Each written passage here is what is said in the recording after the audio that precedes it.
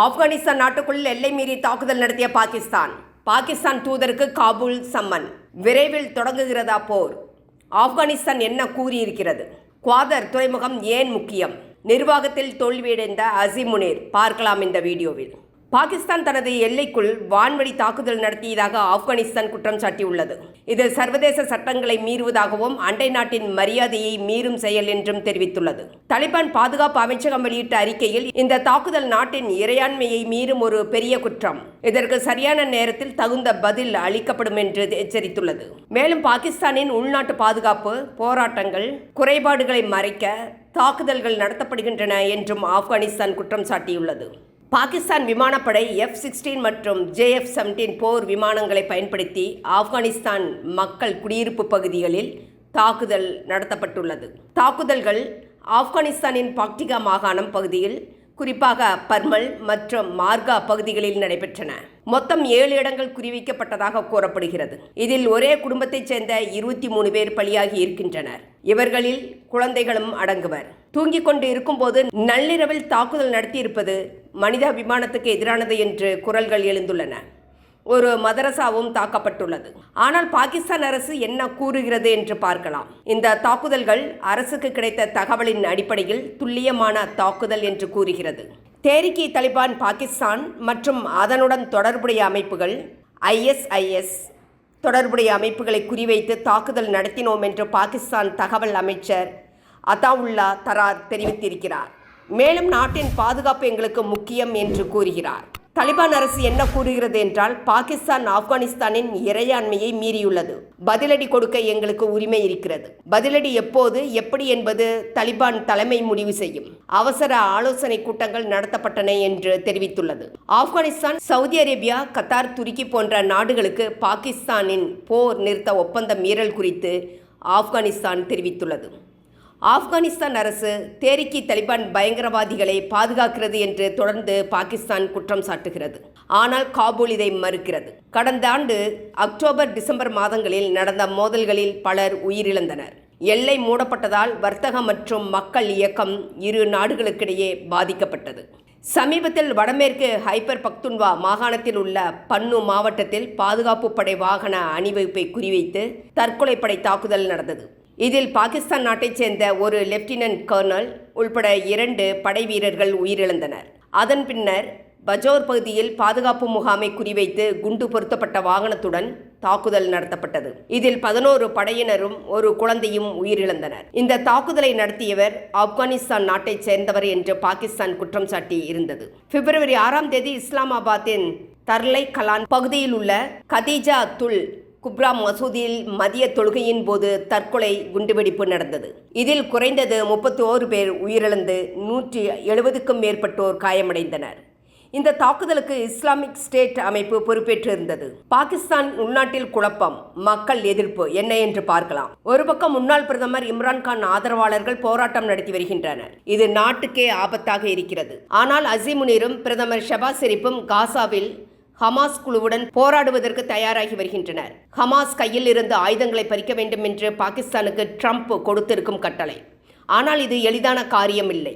இதில் அதிகளவில் பாகிஸ்தான் இராணுவ வீரர்கள் உயிர் பலியாவதற்கான வாய்ப்புகள் உள்ளன.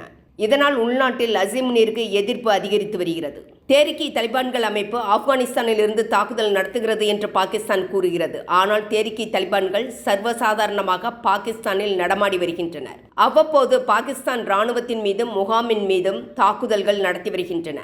இது தொடர்பான வீடியோக்களையும் வெளியிட்டு வருகின்றன. கடந்த ஆண்டு அக்டோபர் மாதம் 2 நாடுகளுக்கு இடையே நடந்த மோதலும் பாகிஸ்தான் தான் துவக்கி வைத்தது. இரு பக்கமும் பெரிய அளவில் உயிர் பலி ஏற்பட்டது. பலூச்சிஸ்தான் மக்கள் போராட்டம் ஏன்? பாகிஸ்தான் நாட்டுக்குள் சட்டம் ஒழுங்கு சீரழிந்து இருக்கிறது என்பது உலக நாடுகளுக்கு தெரியும். நாட்டில் பலூச்சிஸ்தான், ஹைபர் பக்துன்வா, சிந்து ஆகிய மாகாணங்களில் சுதந்திரம் கோரி பல ஆண்டுகளாக போராட்டம் நடந்து வருகிறது. பலூச்சிஸ்தான் பகுதியை ஆப்கானிஸ்தான் தங்களுடன் இணைத்துக் கொள்ள வேண்டும் என்று அந்த பகுதியில் இருக்கும் பஸ்தூன் மக்கள் கோரிக்கை வைத்து வருகின்றனர். பலூச்சிஸ்தான் வளம் நிறைந்த பூமி. இங்கு தங்கம், கனிம வளங்கள் என்று கொட்டி கிடக்கின்றன.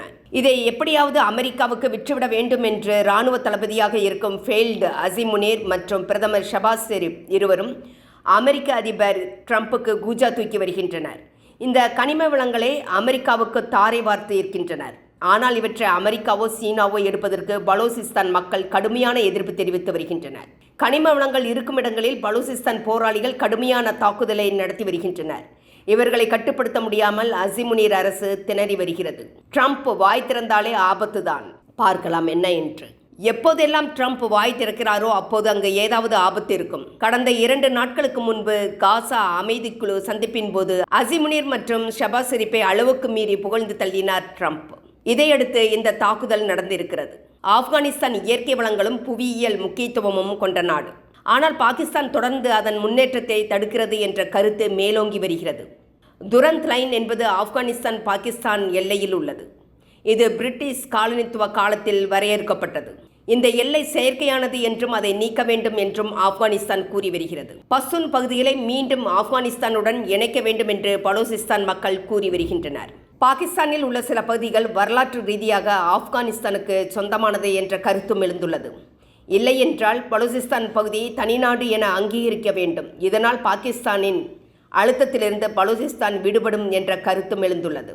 குவாதர் துறைமுகம் ஏன் முக்கியம் என்று பார்க்கலாம். குவாதர் துறைமுகம் பாகிஸ்தானின் தென்மேற்கு பகுதியில் அரபிக் கடற்கரையில் அமைந்துள்ளது. இது துர்பாத் நகரிலிருந்து சுமார் 120 கிலோமீட்டர் தென்மேற்கிலும் ஈரானின் சாபகார் துறைமுகத்திலிருந்து சுமார் 170 கிலோமீட்டர் கிழக்கிலும் அமைந்துள்ளது. மேலும் இது ஈரானின் கட்டுப்பாட்டில் இருக்கும் ஹோர்முஸ் நீரிணையின் அருகில் இருப்பதால் உலகின் முக்கியமான கப்பல் போக்குவரத்து பாதைகளுக்கு நேரடி அணுகலை வழங்குகிறது. இந்த துறைமுகம் தற்போது சீனாவின் கட்டுப்பாட்டில் உள்ளது. அமெரிக்காவும் இந்த துறைமுகத்தை அபகரிக்க பார்க்கிறது. இந்த துறைமுகம் வழியாக பலூசிஸ்தானில் இருக்கும் வளங்களை சுரண்டி செல்வதற்கு போட்டி நடக்கிறது. இதைத்தான் பலூசிஸ்தான் மக்கள் கடுமையாக எதிர்க்கின்றனர். இந்த துறைமுகம் கடல் வர்த்தகம் மற்றும் கடற்படை நடவடிக்கைகளுக்கு மிக முக்கிய மையமாக கருதப்படுகிறது. இது பாகிஸ்தான், சீனா, மத்திய ஆசிய நாடுகள் மற்றும் மத்திய கிழக்கு நாடுகளுக்கு இடையிலான வர்த்தக நுழைவு வாயிலாக செயல்படுகிறது. மேலும் கத்தார் காஸ்கர் வழித்தடம் மூலம் மத்திய கிழக்கில் இருந்து சீனாவுக்கு எண்ணெய் கொண்டு செல்லும் தூரத்தை குறைக்க இந்த துறைமுகம் முக்கிய பங்கு வகிக்கிறது. இதற்கான முயற்சியில்தான் தற்போது முட்டுக்கட்டை விழுந்துள்ளது. ஆப்கானிஸ்தானின் நிலப்பகுதியால் இந்த துறைமுகம் சூழ்ந்துள்ளது. பலூச் போராளிகள் தற்போது இந்த பகுதியை தங்களது கட்டுப்பாட்டில் வைத்திருக்கின்றனர். இதெல்லாம் தான் பாகிஸ்தானை கோபமடைய செய்துள்ளது. பாகிஸ்தான் நாட்டுக்கு செல்லும் வர்த்தக தடத்தை ஆப்கானிஸ்தான் மூடிவிட்டது. பாகிஸ்தான் விவசாயிகள் தங்கள் விளைவித்த உருளைக்கிழங்கை தீயிட்டு கொளுத்தி வருகின்றனர். பாகிஸ்தானிலிருந்து வெளிநாட்டு நிறுவனங்கள் தப்பி ஓட்டம் ஏன்? பாகிஸ்தான் நாட்டில் இருந்து இதுவரை 17க்கும் மேற்பட்ட பன்னாட்டு நிறுவனங்கள் தங்களது அலுவலகங்களை சுருட்டி கொண்டு சென்று விட்டன. வேலை இழப்பு அதிகரித்து வருகிறது. ட்ரம்புக்கு வேண்டியது பாக்ராம் விமானப்படை தளம். இது கையில் கிடைக்கும் வரை ஆப்கானிஸ்தான் மீது பாகிஸ்தானை தூண்டிவிட்டு ட்ரம்ப் தாக்குதல் நடத்துவார் என்பதில் சந்தேகமில்லை. கடந்த ஆண்டு ஆப்கானிஸ்தான் படையிடம் இராணுவ உடையை கூட இழந்து தப்பி ஓடியவர்கள்தான் பாகிஸ்தான் இராணுவ வீரர்கள்.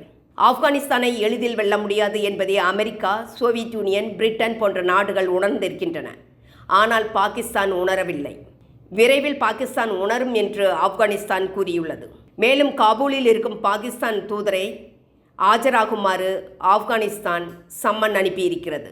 இனி தரமான சம்பவத்தை ஆப்கானிஸ்தான் எந்த நேரத்திலும் துவக்கலாம். Great fighter and professional soldier என்று அசிமுனீரை ட்ரம்ப் புகழ்ந்தாலும் உள்நாட்டில் விரைவில் மோதல் வெடிக்கும் என்றே கூறப்படுகிறது. நிர்வாகத்தில் தோல்வியடைந்த அசிமுனீர் முன்னாள் இராணுவ தளபதிகள் போல அசிமுனீர் பிரபலமானவர் இல்லை. ஆனால் பிரபலமாக வேண்டும் என்று நினைக்கிறார். உள்நாட்டு வன்முறைகள் சர்வதேச அளவில் நாளுக்கு நாள் அவருக்கு அவப்பெயர் பெற்றுக் கொடுக்கிறது. அவர் சிறந்த நிர்வாகி ஆக முடியாது என்ற கருத்து தற்போது பரவலாக எழுந்துள்ளது. பெரிய அளவில் இராணுவத்தில் இருந்தும் 4500 வீரர்கள், 250க்கும் மேற்பட்ட அதிகாரிகள் ராஜினாமா செய்துள்ளனர். அசிமுனீரால் நாட்டை நிர்வகிக்க முடியவில்லை. அமெரிக்காவுக்கும் தனக்கும் ஒத்துழைக்காத இம்ரான்கானை சிறையில் அடைத்து சித்திரவதை செய்கிறார். வலுக்கட்டாயமாக அமெரிக்கா ஆதரவில் இராணுவ தலைவர் பதவி பெற்றுக்கொண்டு பிரபலமாக பார்க்கிறார். ஆனால் நடப்பது அவருக்கு எதிராக இருக்கிறது. நண்பர்களே, உங்களது கருத்துக்களை எங்களுடன் பகிரவும். உங்களது ஆதரவு எங்களுக்கு மிகப்பெரிய ஊக்கமாக இருக்கும். எங்களது யூடியூப் சேனலை சப்ஸ்கிரைப் செய்யவும், ஷேர் செய்யவும், லைக் செய்யவும். நன்றி.